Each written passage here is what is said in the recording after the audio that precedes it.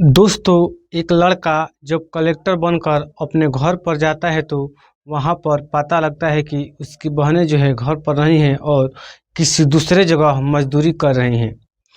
फिर वो जो कलेक्टर होता है भाई जाता है और अपने बहनों को मजदूरी करते हुए देखकर दंग रह जाता है दोस्तों। और इसके बाद क्या होता है दोस्तों, आइए इस कहानी के माध्यम से बताते हैं। नमस्कार दोस्तों, मैं अखिलेश स्वागत करता हूं फिर से आपका एक नए वीडियो में। अगर आप मेरे चैनल पर नए हैं तो मेरे चैनल को सब्सक्राइब और वीडियो को लाइक कमेंट जरूर कर दें। दोस्तों, ये कहानी शुरू होती है अहमदाबाद से।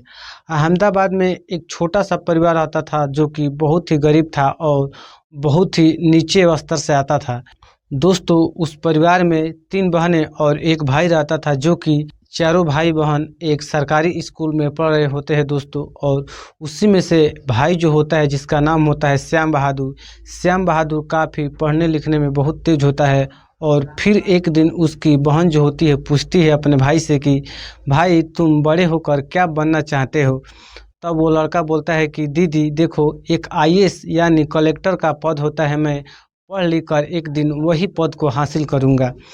तब उसकी बहन जो बोलती है अच्छा ठीक है, अगर तुम्हारी यही इच्छा है तो मैं तुम्हें पढ़ाने के लिए तैयार हूँ। जितना भी हमसे होगा, हमारे माता पिता और हमारे बहनों से तुम्हें पढ़ाने के लिए उतना हम मेहनत करेंगे ताकि तुम उस पद को हासिल कर लो। दोस्तों, फिर जो श्याम बहादुर होता है 12 तक पढ़ लेता है। उसके बाद आता है घर पर एक दिन और बोलता है अपनी माँ और अपने पिताजी से कि पिताजी, अब मैं भी आप सबके साथ मजदूरी का काम करूँगा, अब मैं पढ़ाई छोड़ रहा हूँ। तब उसकी बहन जो होती है चौंक जाती है और बोलती है कि क्या हुआ भाई, तुम तो कलेक्टर बनने का सपना देख रहे थे, आज क्या हुआ कि तुम ऐसा बोल रहे हो। तब वो भाई बोलता है कि देखो बहन, कलेक्टर बनने में बहुत ज़्यादा पैसा लगता है और हम लोगों के पास उतना पैसा नहीं है कि हम वो पढ़ाई कर सकेंगे। तब उसकी बहन जो होती है और उसके माता पिता जो होते हैं समझाते हैं और बोलते हैं कि देखो बेटा, तुम पढ़ लिख कर अगर आईएएस ऑफिसर बन जाओगे तो हम लोग इस गरीबी से भी निकल जाएंगे और हमारे आने वाली पीढ़ी भी एक अच्छी सी ज़िंदगी जिएगी। तब माता पिता समझाते हैं और लड़के को बोलते हैं कि हम लोग पैसा देंगे, तुम जाओ अपनी पढ़ाई का तैयारी करो।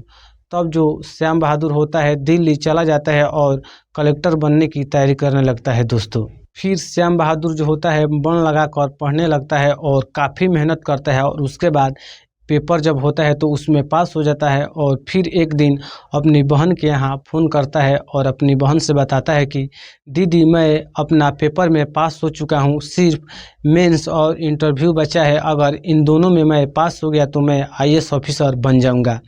तब उसकी बहन जो होती है और उसके घर वाले काफ़ी खुश होते हैं और उसकी बहन जो होती है अपने माता पिता को बताती है कि देखो माँ, भाई जो है बहुत मेहनत करा है और पेपर पास कर लिया है, सिर्फ मेंस और इंटरव्यू होता है वही बचा है, अगर वो पास कर लेगा तो मेरा भाई आईएएस ऑफिसर बन जाएगा। फिर उसी बीच दोस्तों उसकी माता पिता का देहांत हो जाता है एक कार एक्सीडेंट में। फिर लड़की जो होती है उसकी बहन अपने भाई से नहीं बताती है और बार बार श्याम बहादुर अपने घर पर फ़ोन करता है कि दीदी माँ से बात करा दो, अगर माँ नहीं है तो पिताजी से बात करा दो। तो अब वो लड़की जो होती है अपने भाई से नहीं बताती है और बहाना कर देती है। फिर उसकी छोटी बहन जो होती है बोलती है कि दीदी तुम भैया से जो सच बात है क्यों नहीं बता देती हो। तब उसकी बहन जो होती है, देखो बहना, हम अगर इसको बता देंगे तो ये पढ़ाई में मन नहीं लगाएगा और ज़्यादा घबरा जाएगा और आगे तक पढ़ाई भी नहीं कर पाएगा, इसलिए मैं इससे नहीं बता रही हूँ। और इसी बीच इसका मेंस और इंटरव्यू भी बाकी है, अगर ये दोनों हो जाता है तो मैं इसे ज़रूर बताऊंगी। तो फिर एक दिन लड़का जो होता है फ़ोन करता है और बताता है अपनी बहन से कि दीदी मेरा मेंस भी निकल गया है, अब तुम मेरी माँ से बात करा दो और पिताजी से भी बात करा दो, मैं उनका आशीर्वाद लेना चाहता हूँ। तब लड़की जो होती है घबरा जाती है और बोलती है कि भाई तुम जैसा सोच रहे हो वैसा अब नहीं है, माँ और पिताजी इस दुनिया में अब नहीं रहे हैं।